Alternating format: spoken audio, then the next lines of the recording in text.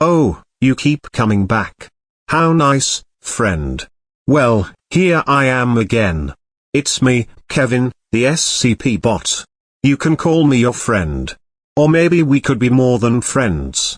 I've heard that with humans unlocking friendship is a bit like unlocking a door with a key. Which happens to be the topic of this episode's SCP. I also have heard that humans like songs and singing, so I looked up a song about a key to sing for you. Here goes. Key to My Heart, by Jessica Jarrell. Boy, you put me on the spot, I don't know what to say. But I'm trying anyway. Like my heart's gonna drop. My mind drifts away and I can't control the pains. Words are spinning in my head. Don't know why I'm holding back. I should just tell you how I'm feeling, yeah? But I don't want to act a fool. Don't wanna look confused. If I let you know about the way I feel, don't know what you're gonna do. So I keep it locked inside. And imagine you were mine. And I'm feeling you so close but yet so far. You hold the key to my heart. My heart.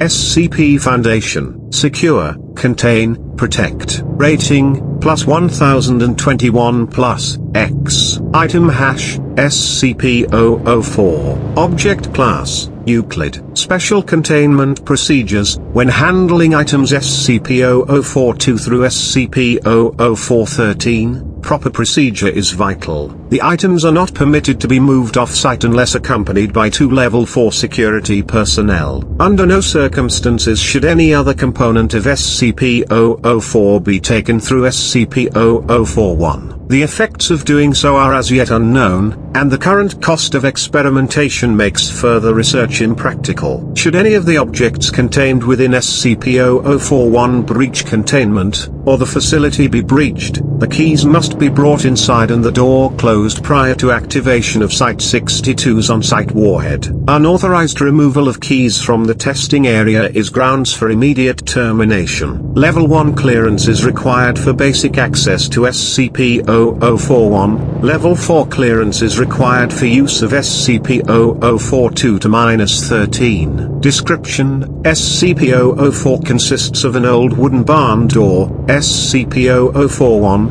and a set of 12 rusted steel keys, SCP-004-2 through SCP-004-13. The door itself is the entrance to an abandoned factory in Data Expunged. Chronological history: 07/02/1949, a group of 3 juveniles trespassing on federal property near find the door. According to their testimony, they found a set of rusted keys in an iron lockbox and determined what door the keys unlock. The juveniles are taken into custody after they contact sheriff when one of their friends, SCP-004-1, goes missing. 07/03/1949, local authorities find the severed right hand of SCP-004-1 8 km from SCP-004-1. Other parts of SCP-004-1's body are found scattered as far as 32 km from the factory. Under interrogation, the apprehended juveniles tell authorities that upon opening the door with one of the keys, SCP-004-1 was torn into several pieces, each of which disappeared. At this point, the SCP Foundation takes over the investigation. 07/04/1949, SCP agent obtains the keys from the local authorities to begin testing.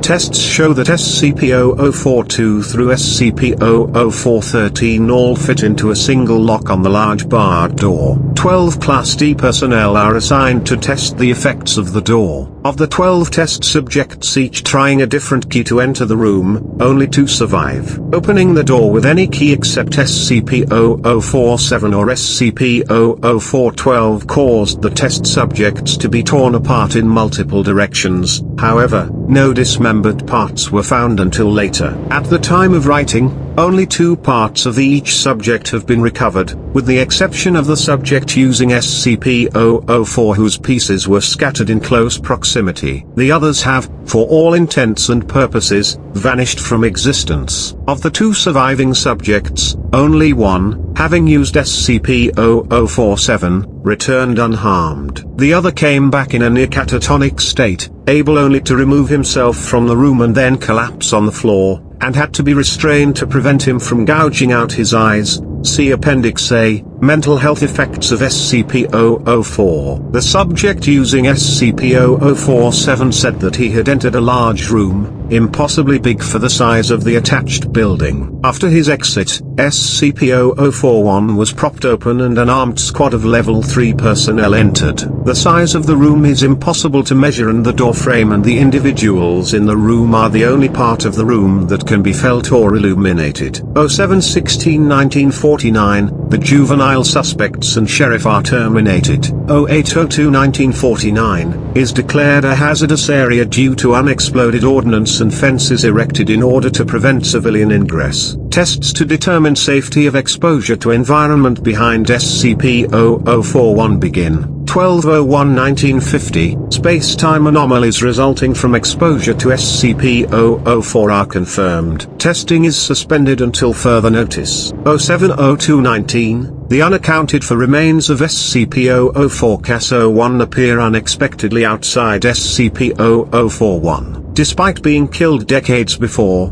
the remains of SCP-004-01 are not decomposed in any manner and are still warm to the touch. Blood remains uncoagulated. The remains are remanded for testing. 07-04-19, the unaccounted for remains of one of the 12 original test subjects appear in similar manner to those of SCP-004-01. The remains have been designated SCP-004-02. Records suggest that both SCP-004-01 and CAS-02 used SCP-004. 03-21-1999, with the massive proliferation of nuclear weapons and World War III only years away, construction has begun on a site inside SCP-004-1. The site is to stock supplies for person days. 04-21-1999, has ordered the site inside SCP-004-1 to be expanded to include emergency storage for all mobile SCP specimens and a database for the storage of all SCP data. The facility is now referred to as Site 62.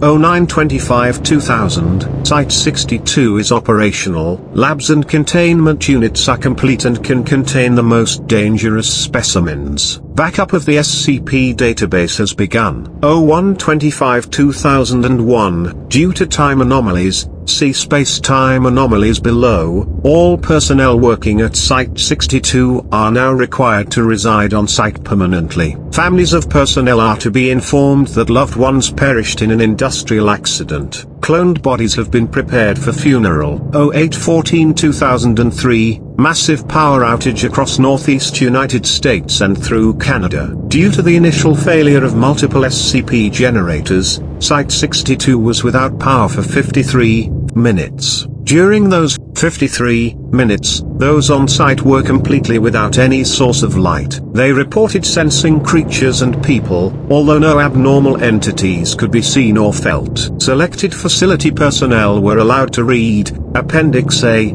and said the creatures sensed were of humanoid size but otherwise similar to the massive green creature described. Space-time anomalies. SCP-004 seems to propagate spatio-temporal anomalies. Personnel leaving the facility report losing time. Those who have been in the site for weeks insist that they had only been in the facility for several days, and records of work completed and supplies consumed support their claims. Other temporal anomalies involve SCP-004-2-13, especially the reappearance of SCP-004-CAS-01 and SCP-004-CAS-02 exactly years after using SCP-004, has been assigned to investigate all aspects of these time anomalies. Spatial anomalies include the impossibly large dimensions of the area opened by SCP-004-7. Similarly, The 2003 blackout incident suggests that there exists an alternate plane of existence within the same space that Site-62 occupies. Additional notes: testing on SCP-004 reveals that 10 of the keys open SCP-004-1 on a dimension where the laws of physics and topology are significantly different than those of our home dimension. Test subjects meeting these hostile conditions are torn apart, their body parts deposited in various locations, only 3 of which have been verified to be on Earth. Material deposited at 2 of these points appears immediately, material deposited at the 3rd appears exactly years into the future. The other 7 locations are currently unknown. Current testing focuses on 2 avenues of research. The first is finding ways to survive SCP-004's hostile topologies.